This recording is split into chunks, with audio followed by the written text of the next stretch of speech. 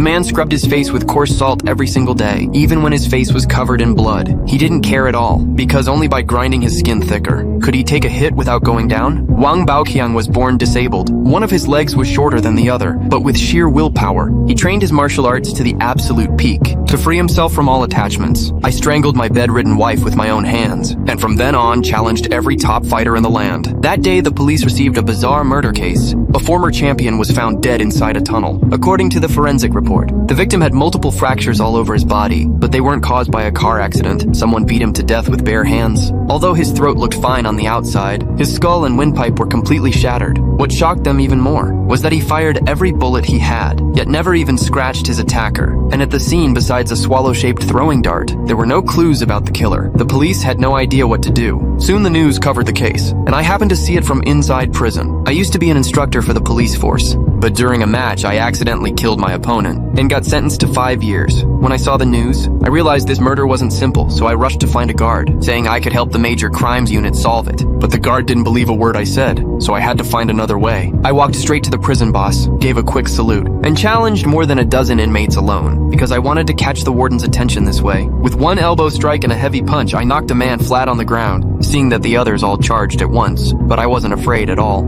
I grabbed one guy by the leg and hurled him hard across the room. The boss was embarrassed and furious. He ripped off a metal plate from a chair and swung it at me. I was dazed for a moment, but quickly got my focus back and hammered his arm with several heavy punches. But when it mattered most, I stopped myself, because I once killed a man by accident, and I refused to repeat the same mistake. So I shifted my attack to his stomach and knocked him to the floor. Obviously what I did in prison quickly drew the guard's attention, and the officer in charge of the case came as well. I said I could help solve it, but only if they released me. The officer didn't buy it. He knew I understood martial arts, but that didn't mean I could solve a case unless I had a better reason. As the officer got up to leave, I spoke out 7 names, saying the next victim would be one of those 7, but he still didn't believe me, thinking I just wanted an excuse to get out. But soon my words were proven right.